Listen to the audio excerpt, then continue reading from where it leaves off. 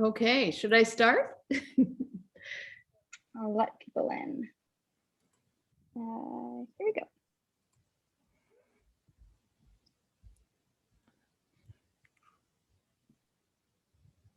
Okay. I think we're going to start now. Hopefully everybody is in the room. Hello out there. My name is Pamela Edmonds. I'm the senior curator at Mcmaster Museum of Art. And I'd like to welcome everyone to this special event, performance, and talk, LiveSpoken, Remixing the World Around Us with Kofi Oduro, aka Illestpreacha, and curator and artist Stylo Starr, and special guest artist Quentin Versetti. This program is being presented in anticipation of the launch of the virtual exhibition and publication feature, The Cut, the Tear, and the Remix, Contemporary Collage and Black Futures, curated by Stylo Starr. This project is an output of Starr's curatorial research and mentorship program, which has been hosted by the Mcmaster Museum over the past year in partnership with the NIA Center for the Arts in Toronto. And it's been supported in part by the Canada Council for the Arts Sector Innovation and Development Program. So we want to thank all our partners, our supporters in bringing this wonderful, amazing project to light. Before we begin, I'd like to acknowledge that I'm speaking today from the city of Hamilton, Ontario, which is situated on the traditional territories of the Erie, Neutral, Huron-Wendat, Haudenosaunee, and Mississaugas. This land is covered by the Dish with One Spoon Treaty, an agreement between the Haudenosaunee and the Anishinaabe to share and care for the resources around the Great Lakes. I wish also to express gratitude to all First Nation, Métis, and Inuit people who have been living on and taking care of the land on Turtle Island from time immemorial and who continue to do so. My hope with this land acknowledgement is that we can continue to reflect on and think about ways to join in support of decolonial and Indigenous movements for sovereignty and self-determination. So if folks have done these talks before, there are some housekeeping points. Just a few here that I'd like to review. So just keep yourself muted throughout the event. We welcome you to turn on your video if you like. There will be a Q&A at the end of the performance. So any questions you have can be saved to the end. Please use the chat function to ask questions. Kofi's performance is participatory, so we encourage you to also use the chat function throughout the performance for comments. If you need to leave early or can't watch the entire event, we are recording it. It will be published to our to the museum's website, Facebook, and YouTube page. If you have any technical difficulties, please message Elise Klinning in the chat. She's going to raise her hand somewhere in here so folks know who to message, and she'll try to assist you. And also please visit the MMA website to sign up for future events. So now I'd like to introduce Stylo with her bio. So Stylo Starr refers to herself as a visual alchemist. She's currently based in Hamilton as well. She has a BFA from Brock University and studied design at Mohawk College. She's a founding member of COBRA, which is the Coalition of Black and Racialized Artists in Hamilton. Stylo also has worked with a variety of arts organizations, including Center 3 for Artistic and Social Practice, the Hamilton Arts Council, and Mcmaster, where she curated the 2020 BFA graduation exhibition. She has most recently exhibited at the Art Gallery of Hamilton, the Art Gallery of Burlington, and is known for her multi-layered collage work. which has been featured on public installations, international publications, and on apparel. And her visual investigations surround predominantly Black people and their relationship to basic principles and elements of design, reaffirming their agency as revered subjects of art history. Thank you again, everyone. I hope you enjoy the event. And Stylo, the screen is yours. Thank you so much. I first need to address that the fire alarm in my high-rise building just started going off. So we have a bit of a soundtrack. Thank you all so much. I hope you are able to hear me. I'll bring my microphone a bit closer to my body. Thank you so much for the introduction. It's been such a great experience. We've been working on this since October, and I honestly cannot believe that we're coming up to the completion and the launch of this project. It's been such a labor of love. This was a project that was kind of born out of a real interest and a desire to connect with other Black Canadian artists who are working much like myself. Working in cut and paste has been kind of a new revelation for me, kind of a homecoming, being able to communicate a lot of my ideas through cut and paste, and really wanted to see how other Black artists were also engaging with this medium. Also parallel with that is the idea of, or the talk of, the Afrofuture, and how much we're speaking about that now and how much focus there's been on the Afrofuture. Through politics, music, visual arts, fashion, in every level, it's kind of poking and rearing its head. So this was also a show and an exhibit that was meant to discuss and explore that a bit deeper. Why is this happening now? Why right now? Why collage? The project kind of spiraled. We didn't really know how it was going to look, especially with a web presentation, but we're looking forward to launching that on the 22nd of this month. So there will be a 4-artist panel, 4 artists that will be featured in the show, will be speaking with us to launch the website on the 22nd. And even prior to that, on the 15th, we have, seeing Angelo just joining into the room, not to single you out, but hey, Angelo Grant is the editor of Pitch Magazine, which is a Black-owned magazine out of Hamilton. We've partnered with them to create a really beautiful print editorial to kind of complement the launch of the show. That will be launched on the 15th. At least we'll be opening pre-orders, so more information on that will be forthcoming. It's been a really wonderful experience. Pamela's put me in touch with an incredible team of advisors.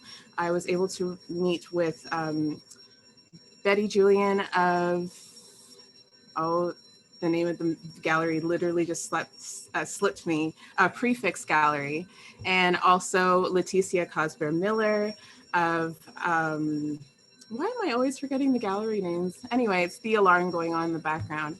But these 2 people have been very instrumental in my advisory and getting just ideas of curation and digital presentation with the pivot of COVID off the ground. And of course, on top of those 2, we have Quentin Versetti. Quentin was a no-brainer for me. We never really actually met, but we kind of worked together in the past. There's a book that just came out last year. I'll go into that with the bio when I introduce him. But he's been a wealth in discussing how to kind of put together and look at and frame my perspective and curation for this show.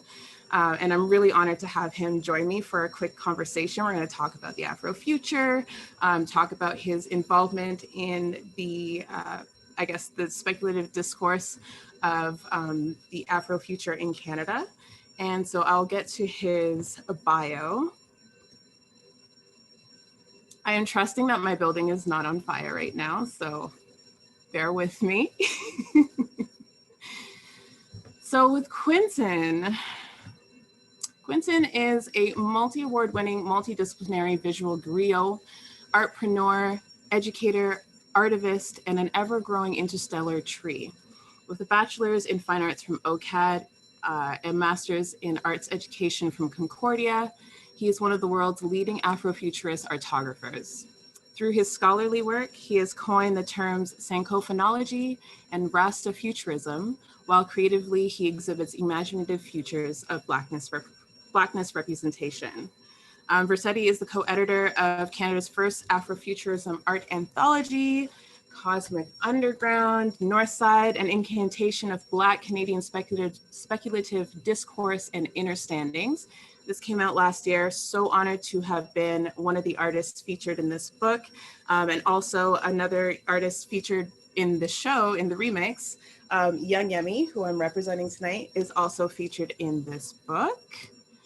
And lastly, what I would like to kind of start our conversation on, Quentin is one of the foundational leaders of the International Black Speculative Arts Movement, or BSAM, and started the Canadian chapter in 2016 to help combat anti-Black systemic erasure.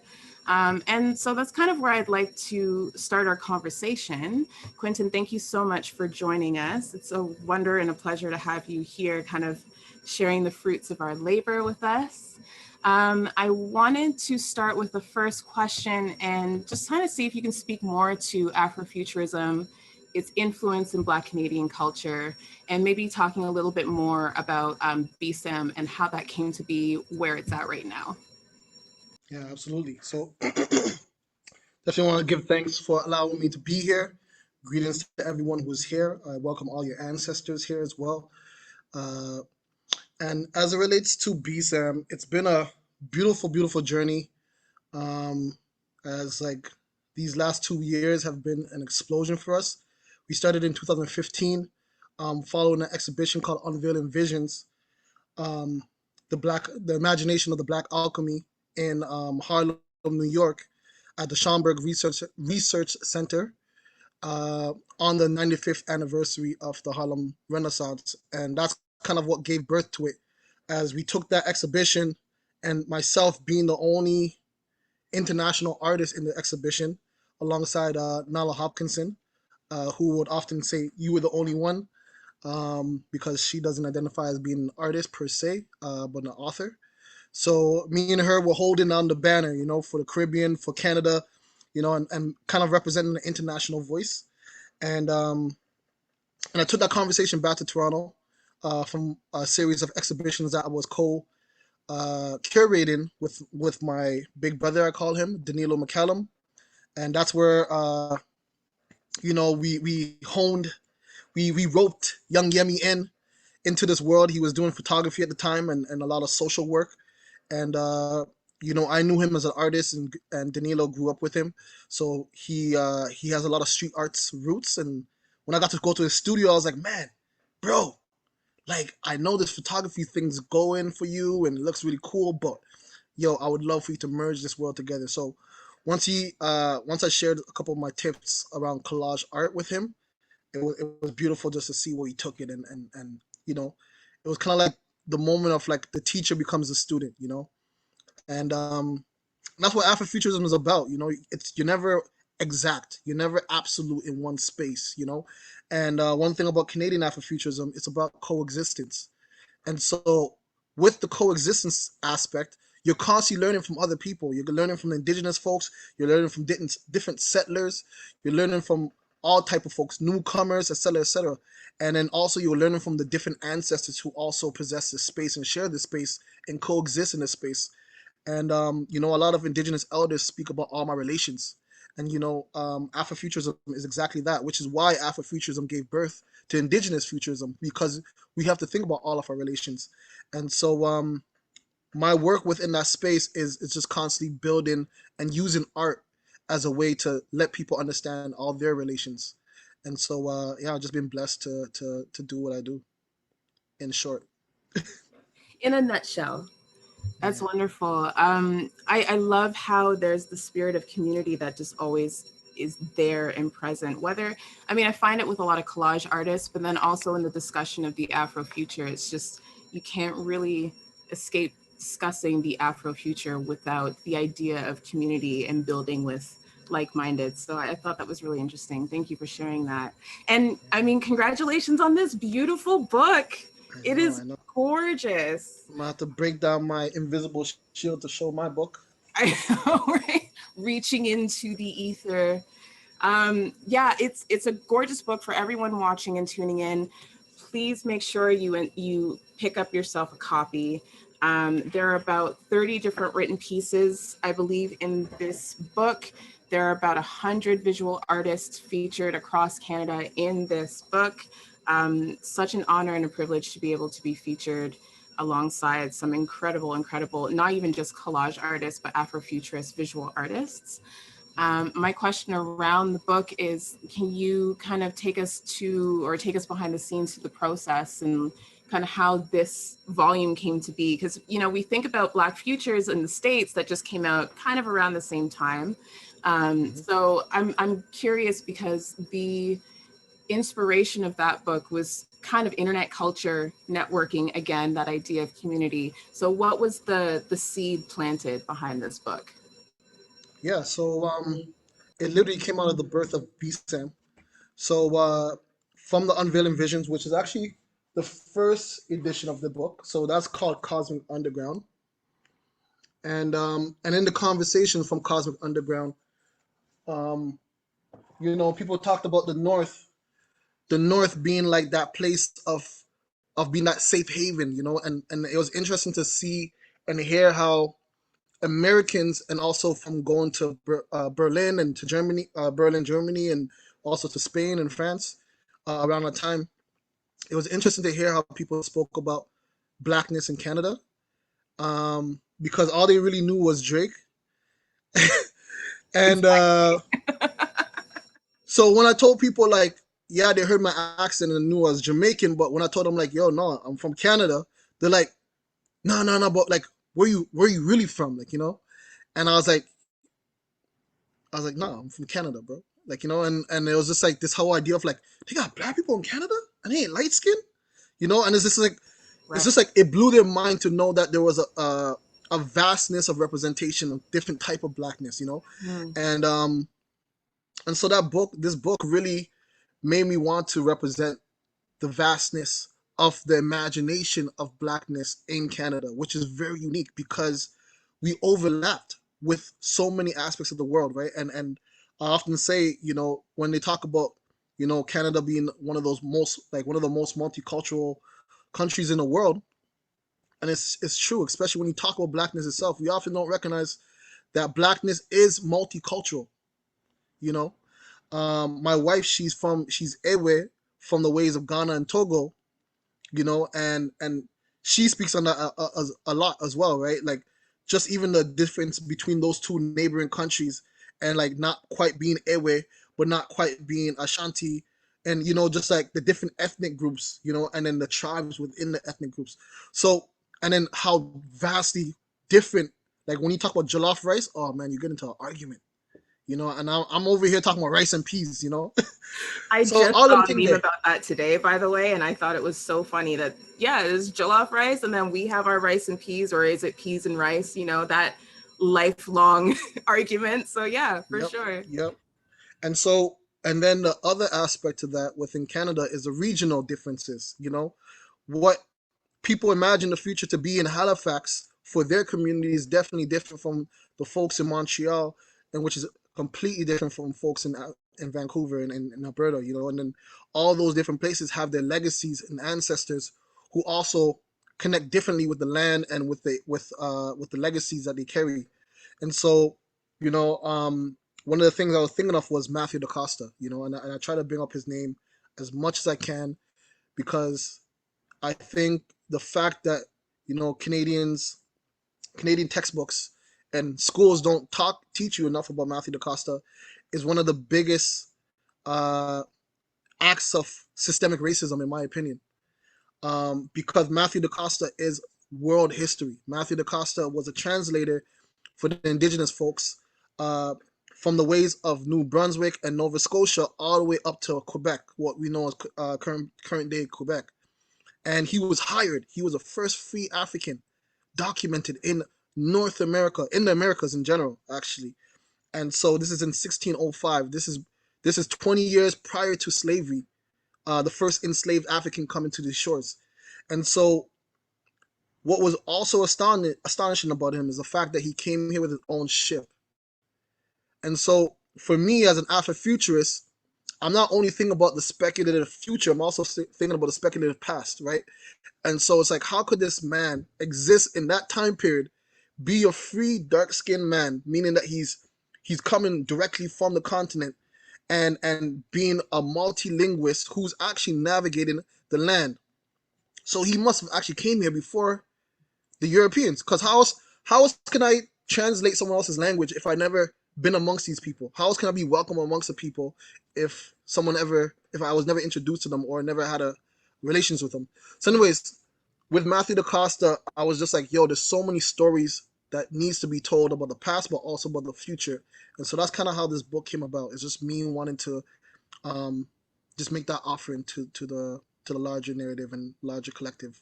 Yeah, like an exploration of, I guess, like the collaging of identities of Blackness in Canada. There's so much of that overlapping that's happening. And, you know, in discussing the future, you know, how do you kind of touched on it, but how do you envision the relationship between Black artists and the Afrofuture and technology? Like, how do you see those three entities kind of evolving, growing from, interacting with in the future? Mm-hmm. I mean, for me, it's coming from a unique place where everything is spiritual, you know. And Isaiah Lavender III, he speaks about spiritual technologies and how Africans, people we refer to as Ethiopian or Alkebulan, if you're using the indigenous words from the continent, that we invented spiritual technologies so we can be able to make sure our spirits remain free. And so when I think about that, the digital technologies that we may be using nowadays are just extensions of those things. The bare rudiment definition of technology is the extension of oneself. So my glasses is an extension of my eyes. Right. My clothes is an extension of my skin. All these different things. The computer is an extension of my brain, my eyes, etc., etc. My phone is an extension of my mouth, etc., etc. And so, when I see artists creating collage work, it's like they're extending their soul. Sometimes, they're extending their spirit, their personal, um, uh, their personal energies, and they're sharing that with us to free something in us, so we can feel and experience that liberatory moment, and be inspired by what they have to offer us, and so the collage aspect is a perfect metaphor. Collage and technology is a perfect metaphor for the Black experience, because the Black experience, like I said, is not a monolith. It's multicultural, so there's layers, and it's coming from different places. As a Jamaican, I know that I have Ghanaian in me, but it's not just Ghanaian. It might be Ashanti, it might be Ga, it might be Fulani. I'm coming from different parts of the continent, and then here in Canada, I'm recognizing that my influence is coming from all different type of people. I grew up in Rexdale, so I grew up learning some Somali words. I grew up learning some Nigerian words, some South African, da da da da. So all these parts are collaging and assemblage onto my identity, and then the technology aspect is, for me, being someone who is a descendant of people who were once enslaved. I have to recognize that at one point in time, society saw the Black body as a robot, as a technology to be used as chattel. At one point in time, it was not seen as a human, but as something that was manufactured to benefit other human beings. And in certain aspects, some people still carry those ideas. And so both aspects for me is a metaphor for Blackness. And I think it's beautiful to see how the ways different Black artists are using that to combat these ideas and to expand it and evolve it, especially in your exhibition. Thank you so much. That's beautiful. That's super profound.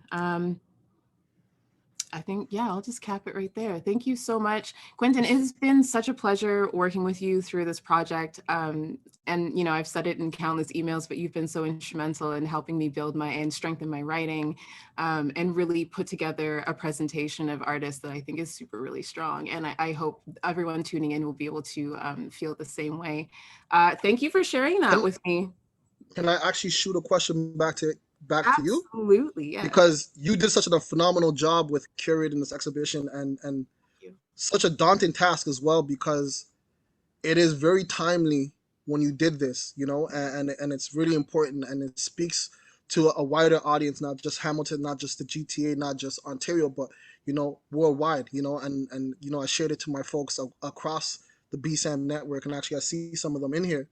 And I wanted to know, like, what made you want to do collage? And then on top of that, what made you want to do a collage exhibition? Two very great questions, two very separate questions. I can tell.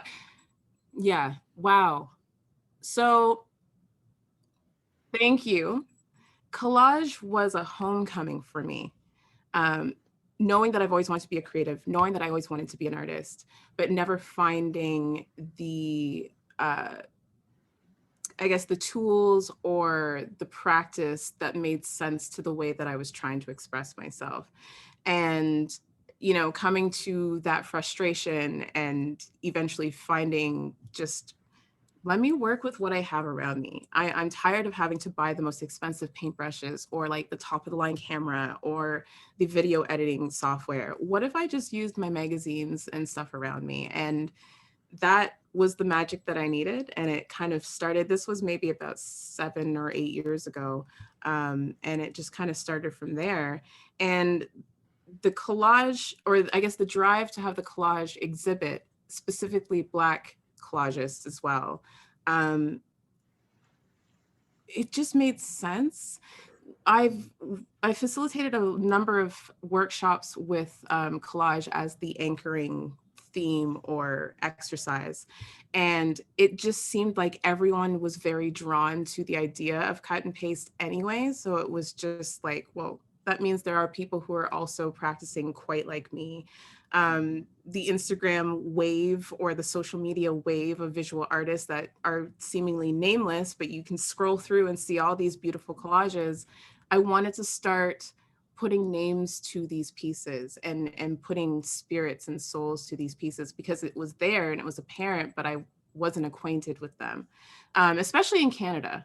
So that was really it. I knew that there was a bounty of us, but like, where are we all creating and why are we all so, I guess, isolated in a way? And I guess facing isolation with COVID kind of running in the background, it was all very serendipitous the way it came together. I'm so incredibly grateful to have met all the artists involved.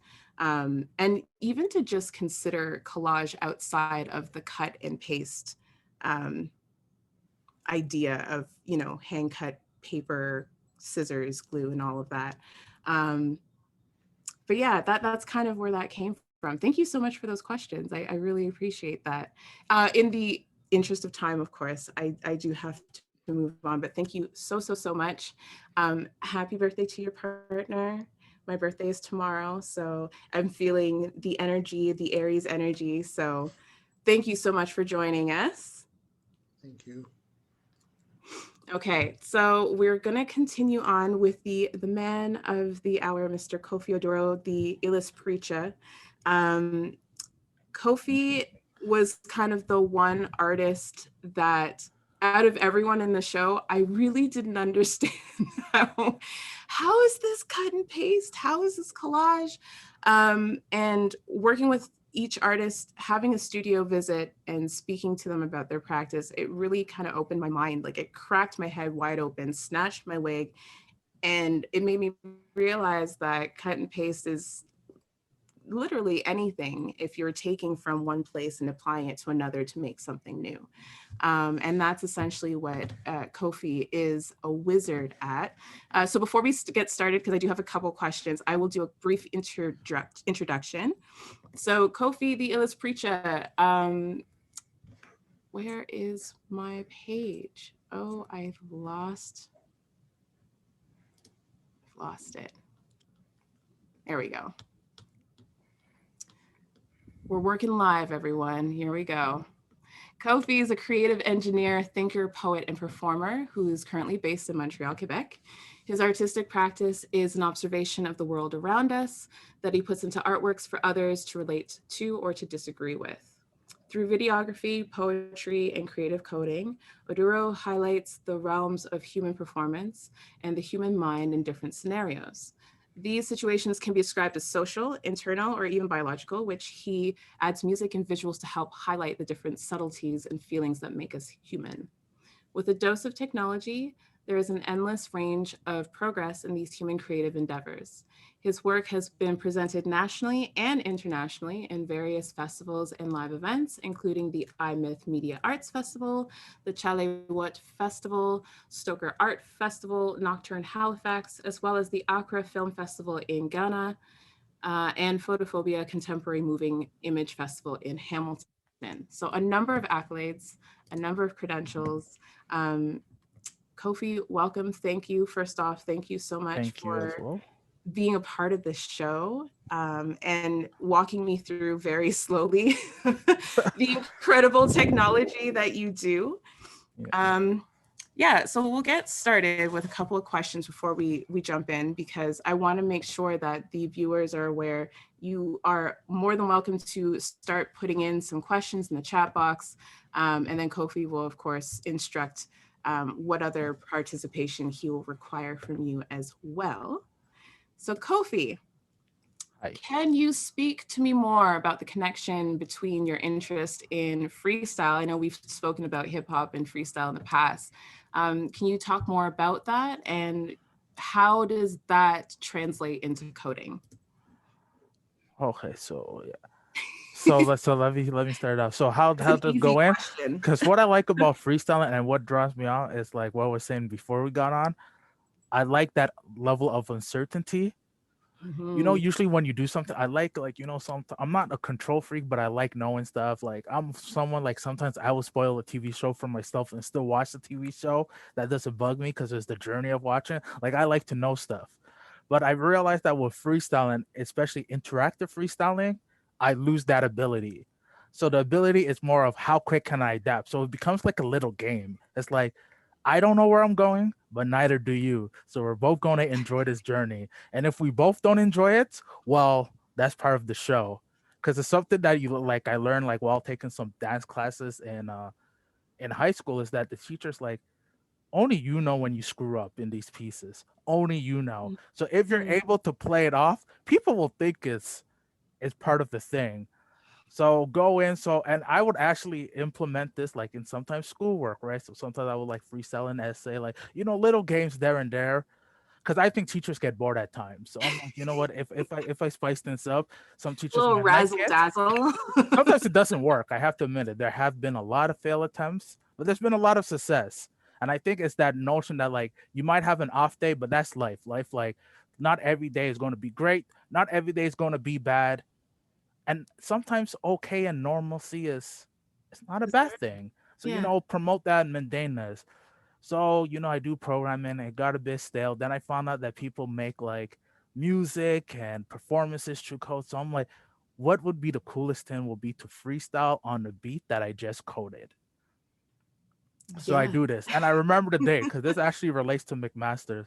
I see like Luis, he's in there. He was there that day when I made the first iteration of LiveSpoken, because I do something called live coding. So live coding is like freestyle coding. So it's like people build these languages that once you type in the code, the output is instant, but instant in the sense of like a creative format.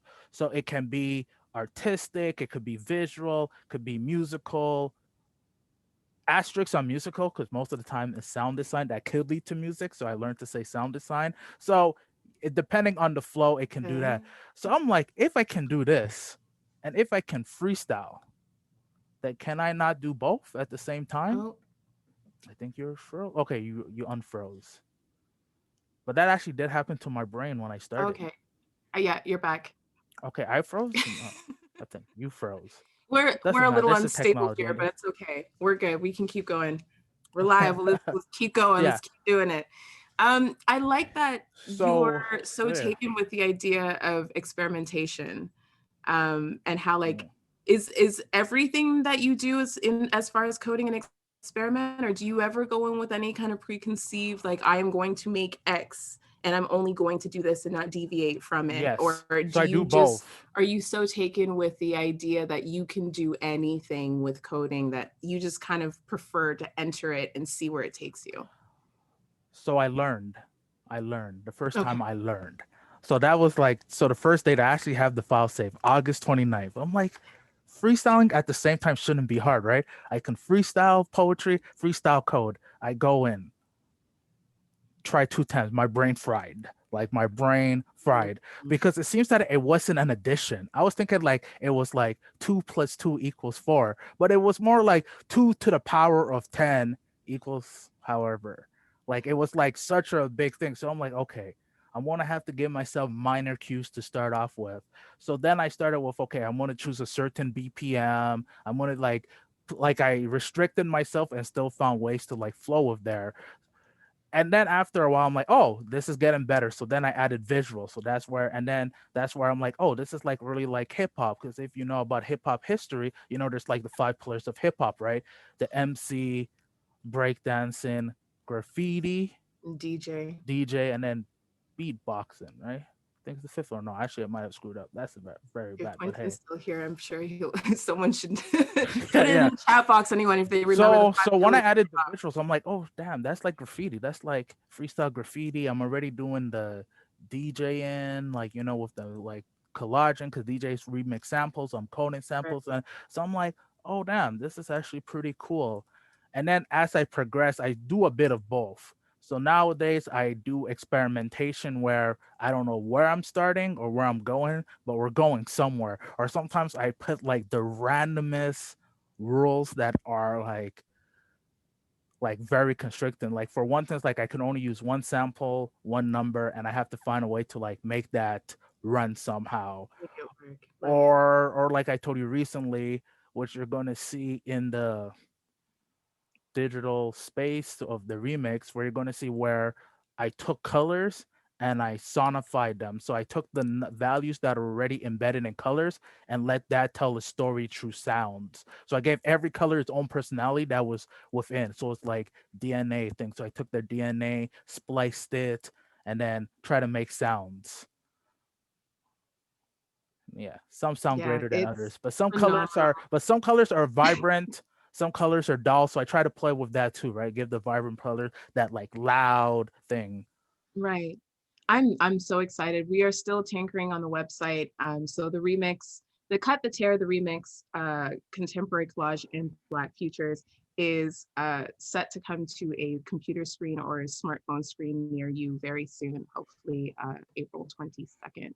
A couple more questions before we get started, because we're talking so much about what you do, but I really would like the viewers to see it, because it's not going to make sense. But you mentioned languages. So, you know, if you can talk a little bit, give us a little tidbit on what it is to create a language with coding, and then what constitutes an Afrocentric language. You mentioned in your artist statement, you actually kind of posed that question to us to kind of consider what would language be like if it was more Afrocentric. So to pose that question back to you, what constitutes that, and how is that? How do we achieve that through coding? Okay, so yeah, so that when I really got started interested in that is when I went to the Chale Wote Festival at 2019. They forgot to tell people to bring their own devices, so no one had a device. So I couldn't really talk about coding. I could show my code, but I'm like, how do I resonate? So I started talking about how every language and every musical genre has its own cadence and its own speed. So then I'm like, because people are like, how do you code music? I'm like, music is basically just physics, and every culture has it going in. So there's someone that did like Euclidean rhythms. So if you listen to like Cuban music or Afrocentric music, it tends to have a higher on beat. So like 7/12. So it'll be like, where some music is like, and there was one guy who actually decided to quantify that in code. And then the more I was thinking about it, I'm like, damn, if you think about it, every language has its physics. Like, depending on where you speak English, it is very slow, or it has a lot of words. Like we can look at an example of like how people speak online, right? Like the whole emojis. Okay, we're good. We're back. We're good. Back. We're good. I think so. I see your video is still frozen. Okay, Okay, because I I'm think not we're back. frozen. Like I always been able Apologies. to see Continue. you. Go ahead. Okay, no problem. So Yeah, you freeze for a little bit, but that's okay. We're good. okay, no problem. So yeah. So realize that some languages are spoken fast, some languages are spoken like slower, depending, and some have accent. So I started realizing that like getting more into creative coding, it was very normal for practitioners to make their own language or their own dialect of another language. And depending on how they made that language or dialect, determine how I would communicate with it. And then, like living in Montreal, I realized this a long time ago that how I speak in English is not the same way I speak in French. And then, depending on the rules or an environment that you make a language or dialect when I'm coding, every coding environment gives a different personality for me because I think differently. Some of them I have to think in larger words, some of them I just think in symbols, some of them I'm just thinking in number, and some of them I'm experimenting, the other ones I'm like being linear. So, and how does that go with Afrocentric? Well, if we look at like I'm from Ghana, right? So when Quentin was talking about jollof, that's something that resonates with me, right? Because I am one of those people that will say like Ghanaian jollof is better than Nigerian jollof, but I'm not trying to be here to cause divide or anything, you know. That like might be like slightly biased, even though like there are some articles that lean towards that way, but that's a discussion for another day. But it's just something like jollof rice. Jollof rice, if you don't know, is a type of, it could be cooked or fried rice, typically has an orange hue. So I remember when I went to Ghana, like, and I had to give like another workshop. I'm like, I went to the school. I'm like, everyone, if you had to make your own jollof, what would you do with your culture? And if you were from one part, someone's like, you know what? I would like to remix it with green because there's a lot of greenery around it. Someone else is like, I like because we're like me and my family, we like spiciness. So I wish that like some places had more spice. And then you start to realize, oh, you are Kofi too. So Kofi means born on Friday as well. I should let everyone know that. And that's part of another thing too. So that's another part of the language, even though like it's something else. Is that like in Ghanaian culture, you name your kid after the day you're born. So you don't have like you give them an English name, quote unquote English name or a Christian name or whatnot. But really, you don't have to name your kid till they're born. And I think maybe that's part of like the whole freestyle aspect to it. Because when I'm a kid, I'm like, yo, basically you're freestyling names. Like you don't really have to think of the name till the kid come out. That's a pretty cool concept because that's like letting nature take it out. So I think that's like part of like the language, right? Like if like that's basically saying nature, do your thing. If my kid is born on Thursday, I don't have to really worry about the name too much. Or if it's born on Friday, you name that. So it's part of that, like playing with nature. And I think that's why I'm so inclined, like a lot of the times when I do code or poetry, mixing that nature in.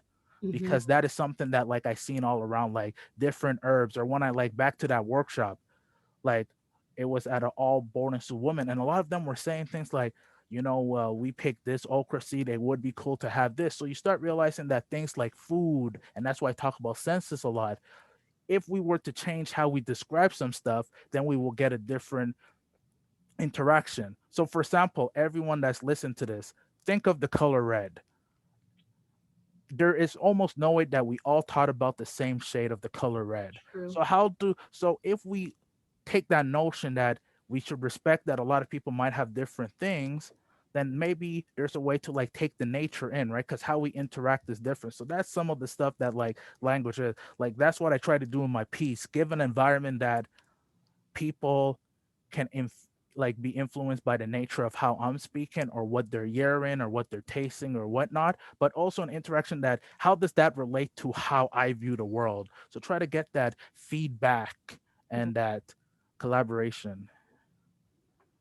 Well, speaking of which, let's open it up. Let's get you started. Yeah, let me I'm going to go ahead and hide my screen and mute my mic. But everyone that is participating with us, you are welcome to get into the chat box.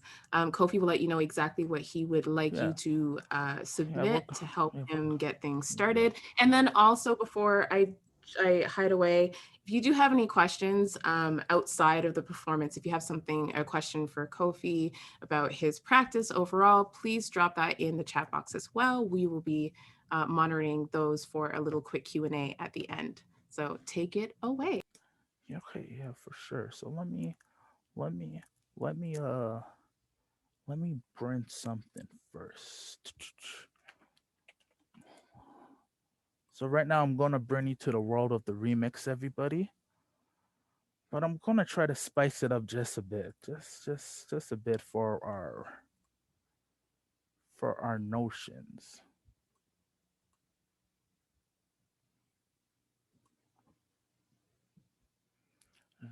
First, let me just switch my camera.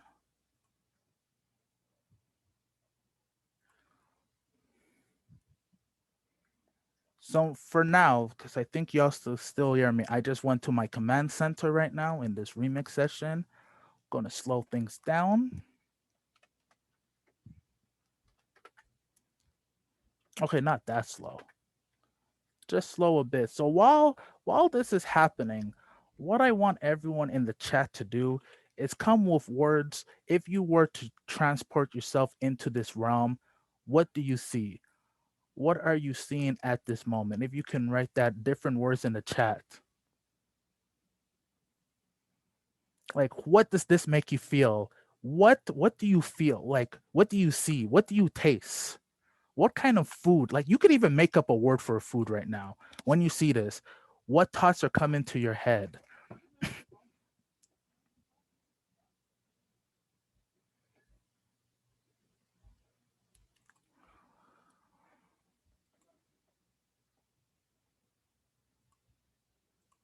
And still say the words. So you should see my camera going in. And right now, what we're going to do is the words that you're seeing, we're going to build our universe based on this. So the words you're going in are going to be in this environment called Inverse, where we make poetry from people's suggestions. So basically, we are making like a little dialect that's going to interact visually as well in the form of poetry.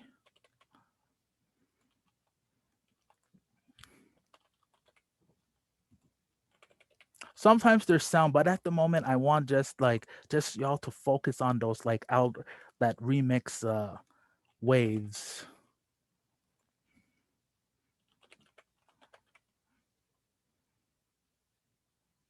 And if I make typos, well, that's part of the game. Because in our language, typos matter, but they don't.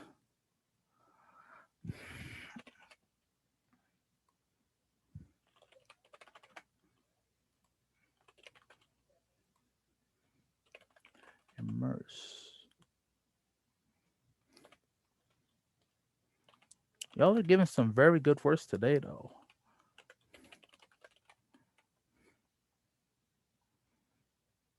Stars. Starburst. I see a lot of seas. I see a lot of waves. I see a lot of fish. So the theme is going to be very underwater. Nebula. All right, we're almost near the end. I'm going to keep some of your words later for other. Oh, well, ignore what I just said. There's more to come. Melton. Sonic Blues. Immersion. Mercury. Okay. I'm going to save the rest of the words for later. But y'all can keep typing in words. And as you know, this is Command Center, so I should give a disclaimer. Words may or may not be used. That is part of the language. Not every word has a pure meaning. I see we have Quentin in the outer space realm in another portion of the dimension. Nice to see you. Welcome on this journey. Zippers. Let's give this a name. Remixing on the 7th. I gave the word space twice, so let me just change that up. DNA. Height. So now what the visuals that you're going to see on this screen are going to be fully controlled by the words that you, the chat, gave.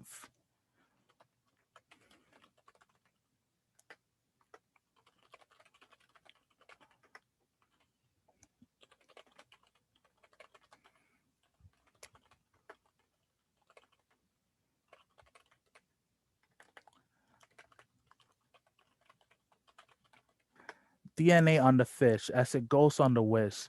Skylight, skylight, skylight. The fish is thinking as it melted metal. Swimming pool, it wishes, as that is what it is able to be a flying fish. Able to be orbs. Orbs, orbs, orbs.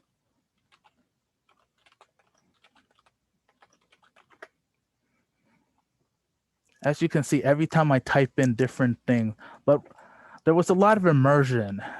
So, immersion that occurs. Melting the sonic blues away as the smile it portrays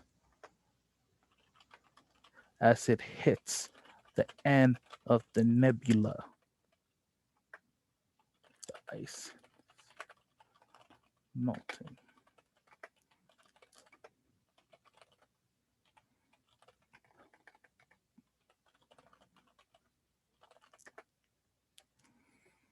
As you can see, the words we're given at ironically match the scenery. It seems that we're getting a lot of blues, a lot of hues, a lot of words that weren't meant to be chosen, but now they alter the view. They alter the view as the star bursts, touches the sea as it flows as it glows in the stars it bursts. So that's just a little warm up to let you all know what is going in. But now we're going to crank things up just a bit.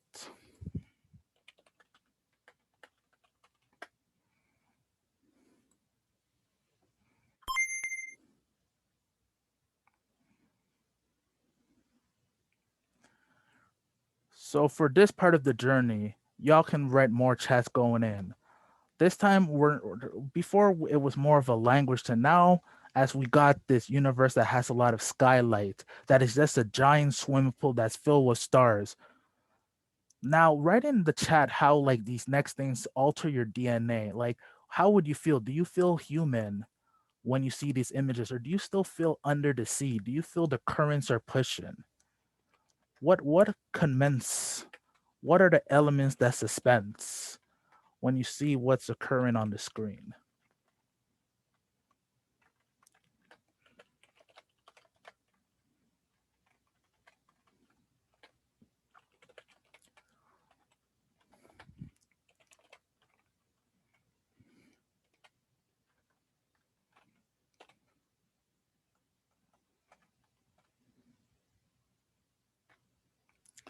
Do you feel stress? Do you feel intact? Do you feel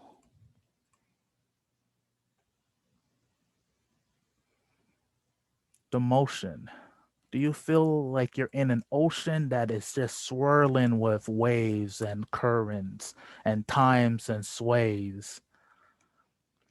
Do you feel like your paper being manipulated, being folded beyond your reach, being folded beyond your stretch, being folded beyond your reach? You're going upward as a dash. You're going downwards at its flash. Is it even noticing that even though you're moving with your parallel, that you may crash?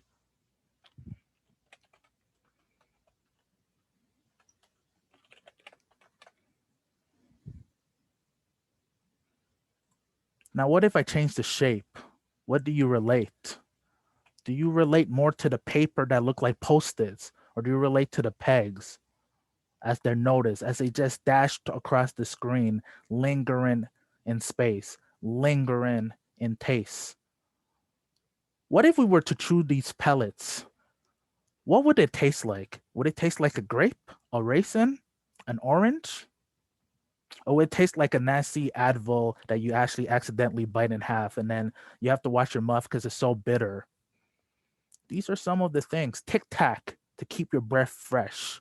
Pissy Six to add a little sugar for moments and try to de-stress, as we're not trying to be a mess. And then we're trying to have the tropic and the eraser to erase the moments that lead us to believe that we might not be able to succeed to success. What if I sped it up just a bit more? What occurs then?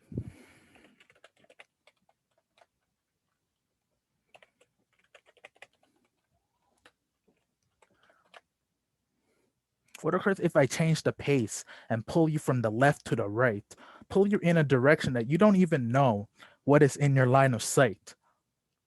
Just internally trying to figure out what is inside you to the right. Barrage of the psychedelic as the information, is this a propaganda or this just another tactic?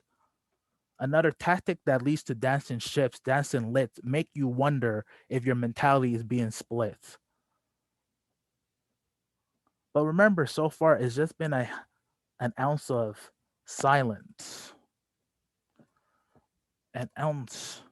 So what if I add a little sound to this?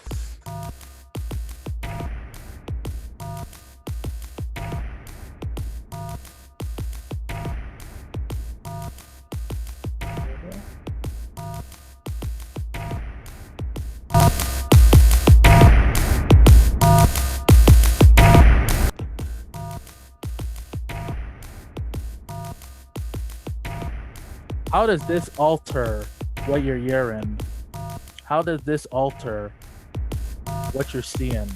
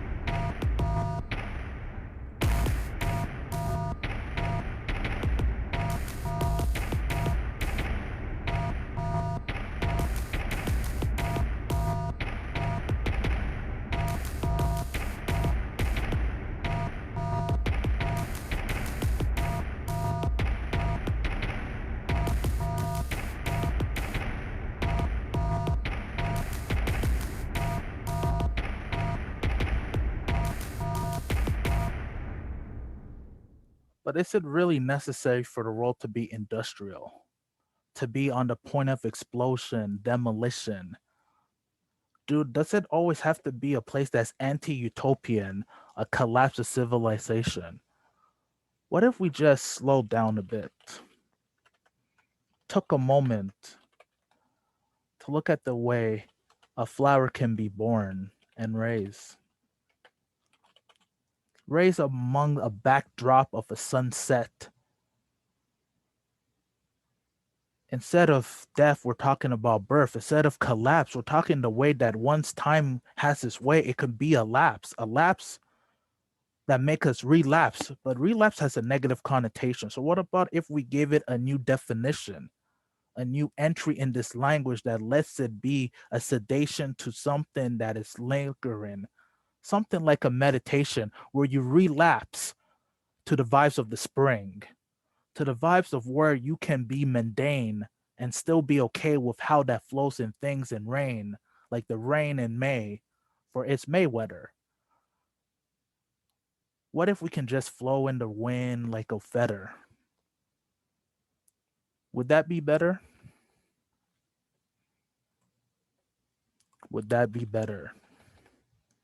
Debatable.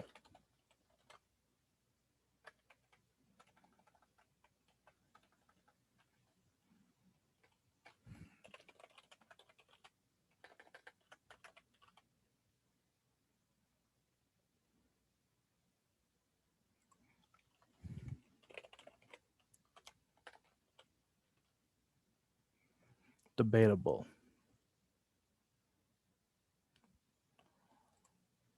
Now let's adjust for the suspense.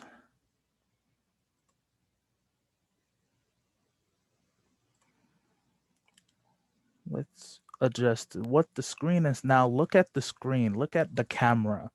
I wish I can show myself, but it seems that I'm being colluded with all these different images. What does the blue represent?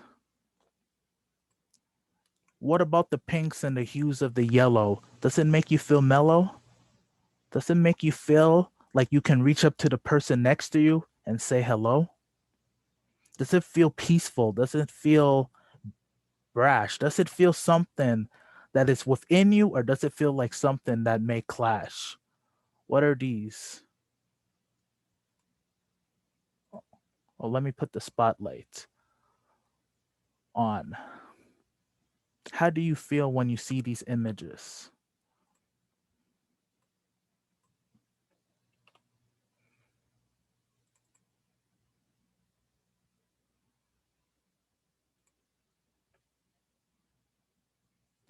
So you see that the usefulness, because whenever we think about the future, we forget about the past cultures. But isn't it when we're remixing or trying to cut and paste? Wouldn't it be just a waste if we didn't take the examples from what used to be considered fashionable tastes, from the ways of our ancestors for what they learned, and bring it in so we have many lessons that can be learned, that can be spun around? What about if we just thought about like everyone knitting, stitching? What about that feeling, that itching, that this is something that if we recollect the relics from the past, the artifacts, that we will start being able to tell more concrete facts? What can we take from the 80s that will bring us in these current 20s of the 2020s that will be engaged of ways that may bring a bigger phase, bigger place, bigger space, and a helpful pace? Not one that's deviant on productivity, but one that's bent on adaptability, flexibility, creativity, allowing all of us to merge.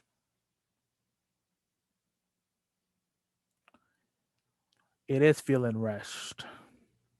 Maybe we can slow it down a bit.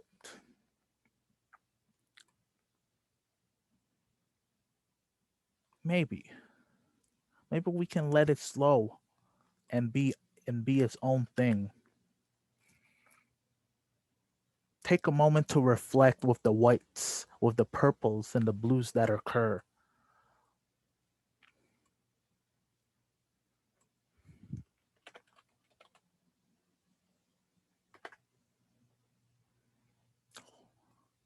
Let's slow down this pace to see what's emerged, what emerges.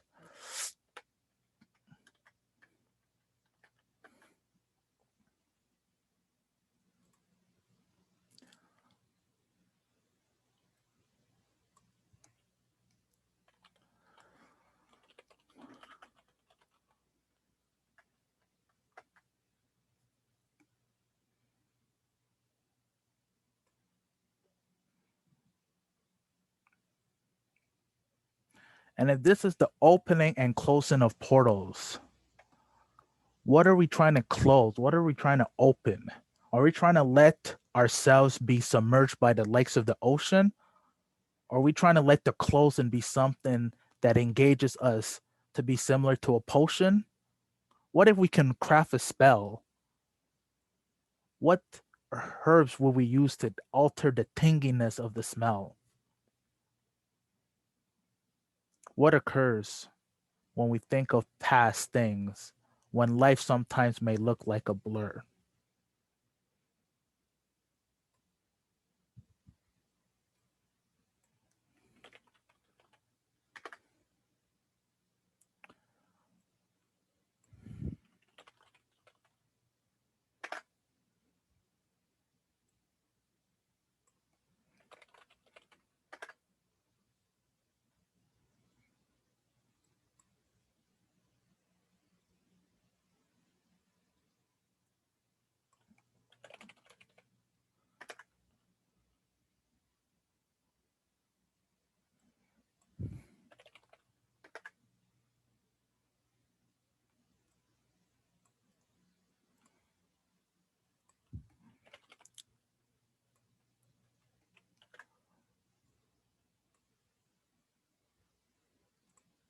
Let's just let this flow for a minute as we take the piece and the visuals that are just now serene.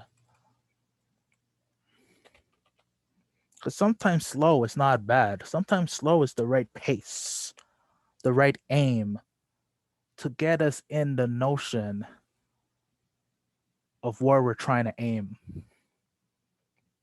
of where we're trying to be, of how maybe we can use this sometimes, and I say sometimes, to ease out of the pain that we reflect upon as we try to change lanes like a driver.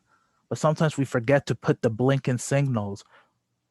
But did we do that because we're not sure of that we really want to enter this portal?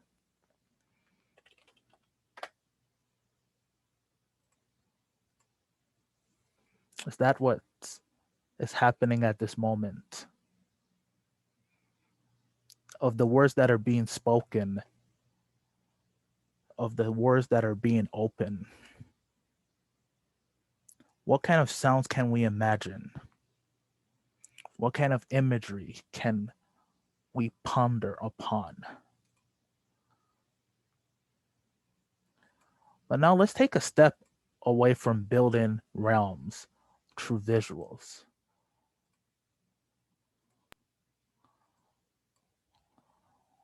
Let's add a little flavor.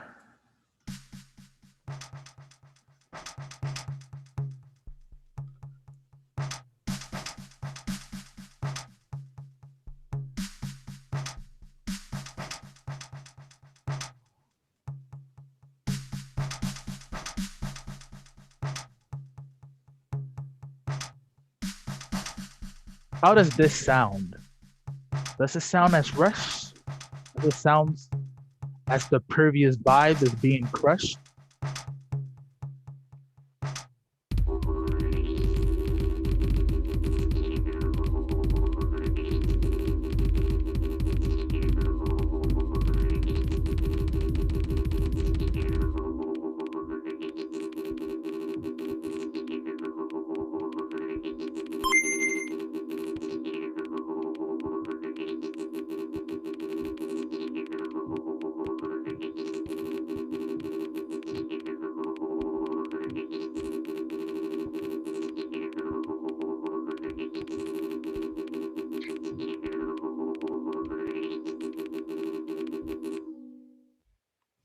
Whew.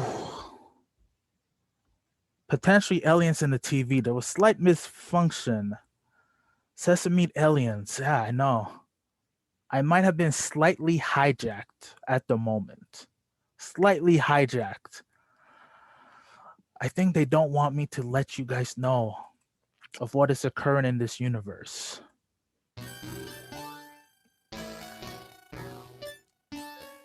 How about this? Does it still feel like a malfunction? Or is this something that feels like an instruction? Musical entity.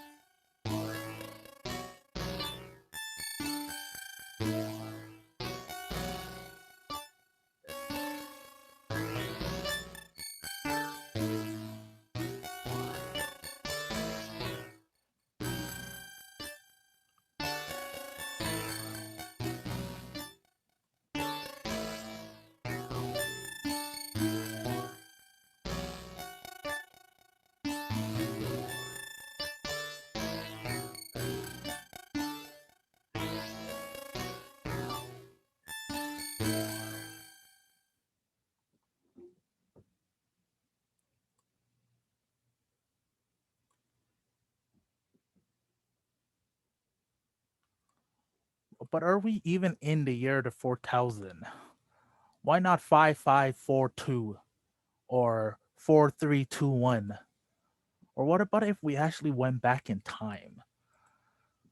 What if we let our ancient ancestors have a moment with code? What lines would be told? What stories would inflict the notion of what is considered code?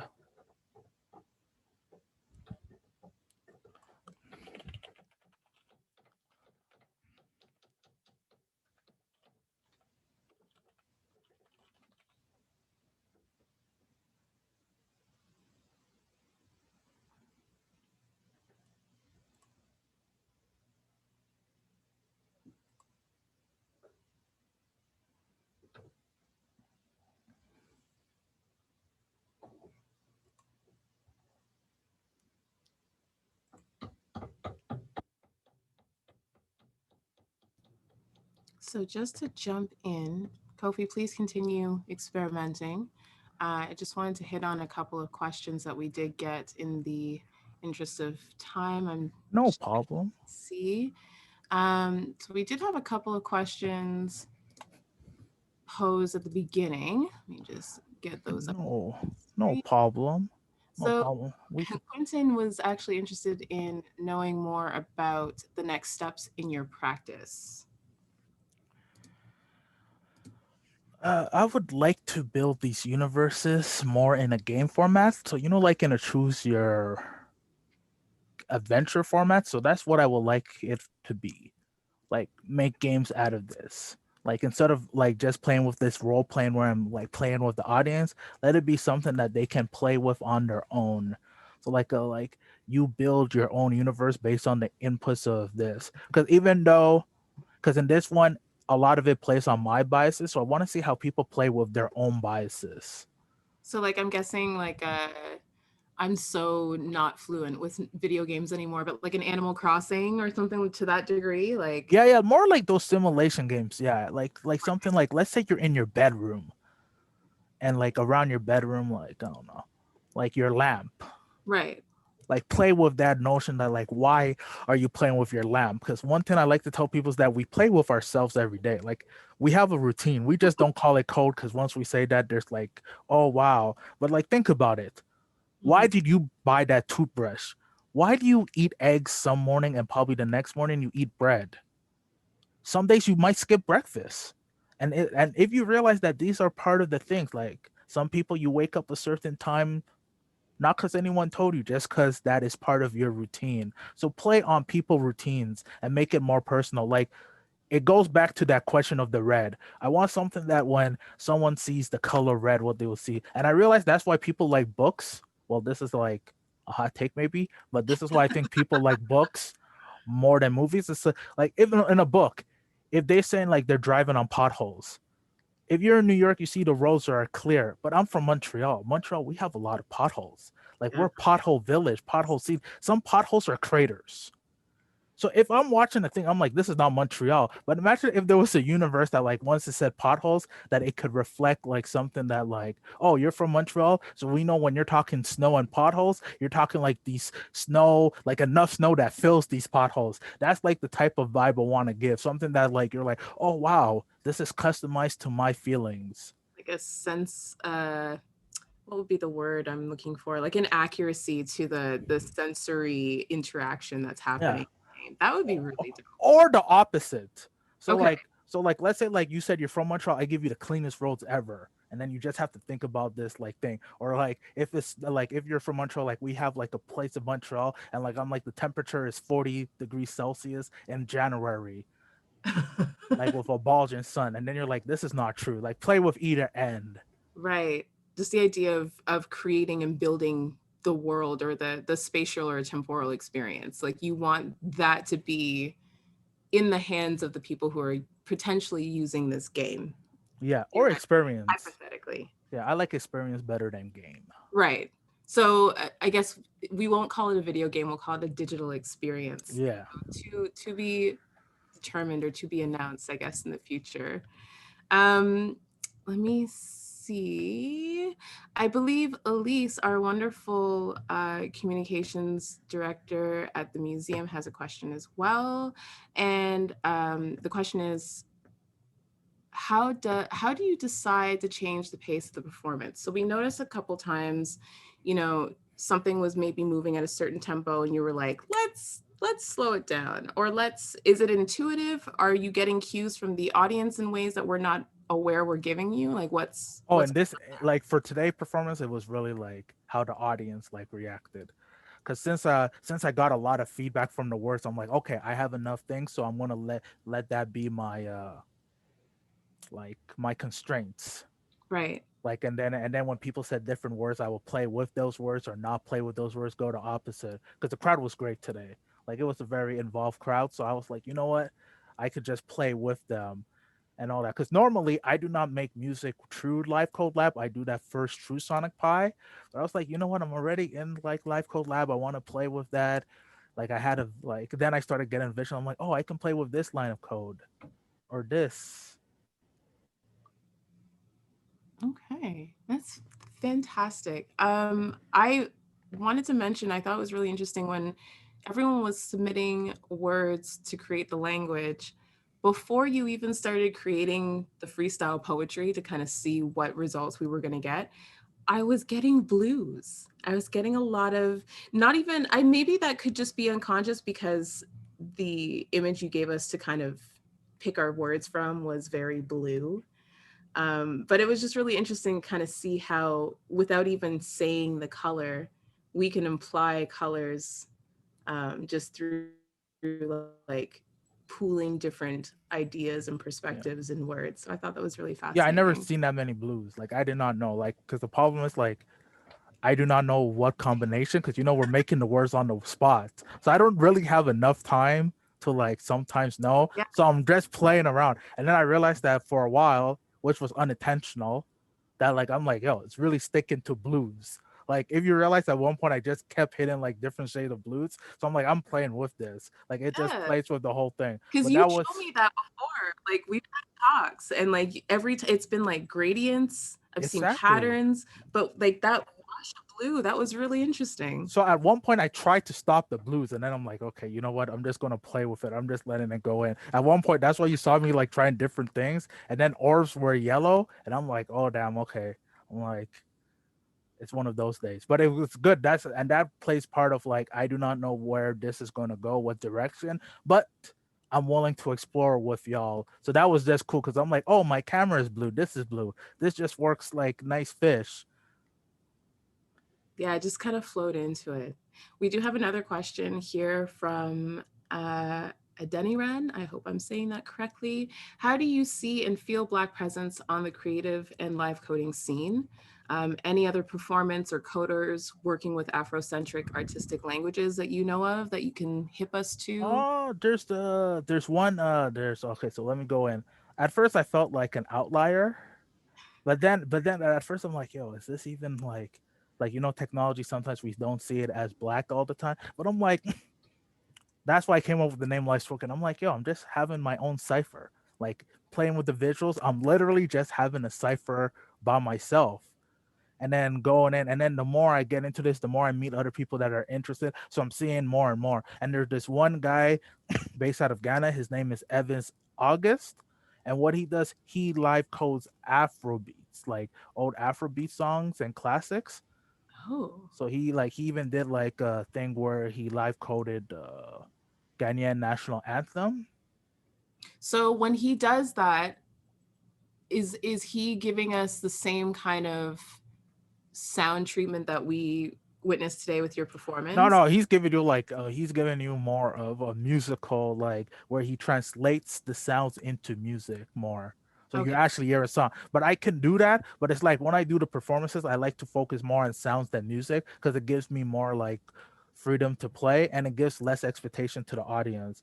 And in terms of Afrocentric artistic languages, I am trying to dabble into that too, because that's one thing that because like earlier pieces, I have a lot of Afro like patterns that I realized that were based on like Ghanaian kente cloth naturally. Like I didn't even realize till afterwards because what happened is I showed it like I don't know, one of my siblings showed it to my mom. My mom's like, oh, this looks like kente cloth. This looks like patterns I seen as a like a young girl. I was like, oh snap, I didn't even realize that. But I think subconsciously I did. Yeah, I mean, I feel like that speaks to that ancestral lineage that's just innate within all of us that we kind of either have to kind of wake up to or remember. The idea of, do you remembering yourself, remembering your lineage. In a couple of the pieces in the editorial that will be released next week, Kofi's work has been showcased with the background of some of the patterns that he created through the coding. And it does quite look like there's a very textural, tactile quality, like they look like fabric. So I think that's really awesome. I had another question or a comment and it slipped me, but we have about 5 minutes left. If you'd like to kind of keep playing around and kind of show us or play us out. Before we do, I would like to thank everyone for stopping in and viewing this wonderful conversation between myself and Kofi and myself and Quentin. Thank you to Pamela, to the museum, to Nia Center, who's also been helping with the project. Thank you to Elise for helping organize the promo and the registration and keeping our heads on straight. Thank you so much. Kofi, thank you again. This has been such a treat. So we're looking forward to seeing what more you will be contributing to the show. And then just any other live events that you're doing in the future. So thank you so much. The floor is yours again. Yeah, let me share like an old thing since we're Afrofuturism going. I'm gonna do a piece that's from me and my collaborator. My collaborator named Rambling Intellect, and this is one of our things. Thank you everybody for the love. And yeah. Oh, I did want to mention while you're setting this up, if anyone is interested, and I will pop his name in the chat, I did think of one Black digital artist who also is interested in coding. His name is Onyx Ashanti, and he does a lot of kinetic coding. So he makes suits that are triggered by his pulse, by his heartbeat, or just by striking surfaces with his hands and feet. And he is also kind of working with that idea of sounds versus music encoding. So I'll put that in the chat. Oh, that's also something that I also like dabbled into, and I want a wearable It's stuff like bringing the digital outside to like the analog. So I I might will have send to. you his Instagram Yeah. because his stuff is next level. But yes, Oh, I know who you're talking about. I think. Like I he think puts. you must. Yes, yes, yes. Someone showed because last time I showed some of my work, they actually mentioned the same person. So I Yeah. think yes. And Yeah. I'm like, damn, I gotta like do that. Like imagine if I could live code on it like someone's body, like while they're going in and all that, but like that's There's room for collaboration, I'm sure. yeah. So yeah. So this is a piece between me and my collaborator rambling intellect. Let me with lyrics.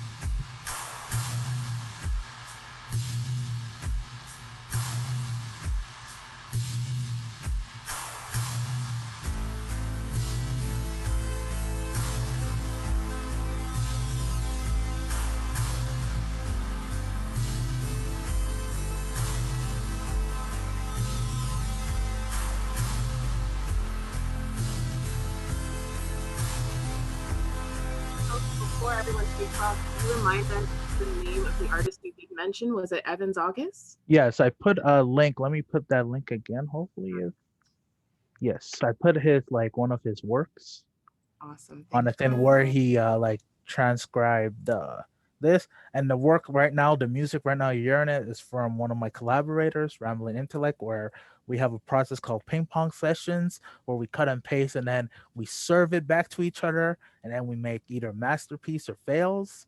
But It's like even an exquisite corpse, but with like coding. I don't know if you've heard like an exquisite corpse idea of you exchange drawings of different body parts and you pass it on to the next artist and they have to complete the next yeah, part of the body. that's how we work. Like we work by serving this thing.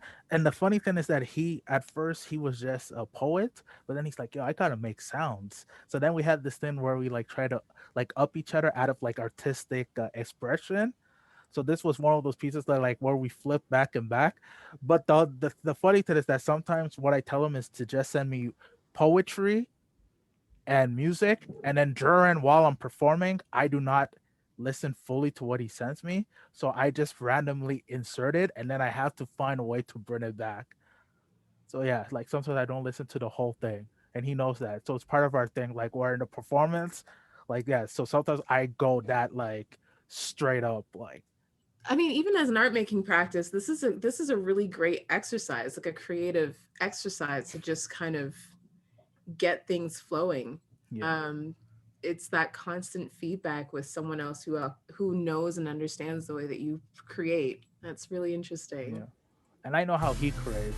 Like if you could hear the different sounds in this, Availability prevalent in societies of today. and that's his Stay voice. far away from teenage ways. Days when Alice And stood so the just more musical underground, elements are the ladies his exclusive. contribution. But the This more time. So in the past, it used to be me, but I'm like, you know what? Go in. I'm gonna code in your stuff. I'm gonna code in the visuals. Then, so sometimes in the poetry, he will do a poem, and then in the piece, like he will pre-record his poem, and then my job is I will randomly listen to it for the first time. So while I'm coding, I will reply to his poem live. So it's like if we're having this back and forth conversation. call and response, yeah. Yeah. So that's so that as you can tell, I do a lot of cut and paste. Like I'll just cut and paste, DJ it, and all that, because I just try to have fun. That's why like no two performances of mine can actually be the same. Like it's almost impossible. Which is definitely true for collage too, right? Yeah. And yeah, I appreciate that idea of like we're just gonna go in and see what we make and be confident in the fact that it's gonna be something. It might not be good, it might not be bad, but it will never be duplicated. Yeah, I think that's really interesting. You know, again, in the interest of time, we'll kind of wrap things up and Oh bring yeah, no problem. home right now, but I would love to thank everyone who's still hanging on with us. There's so many of you still here. Thank you so much for joining us for this presentation. We have so many things in store for you. Again, next week, I believe that's Thursday, April 15th, we have a 4-artist panel with the first, I would say not the first 4 artists of the show, but 4 artists from the show who specialize in paper and hand cut collage. We'll be talking and discussing about the launch of Pitch magazine. I have the proof here in my hot little hands. We are still working out all the kinks. We're so excited for you all to get a copy. Absolute beautiful, beautiful publication featuring not only our editorial, but a wealth of other Black Canadian artists as well. The following Thursday, April 22nd, we will be doing another panel discussion with the other 4 artists from the show. We'll be discussing and launching the actual digital space of the exhibit. So of course, you know, as you know, COVID has kept us home for the better part of a year and a half. I'm saying year and a half, I like to round up.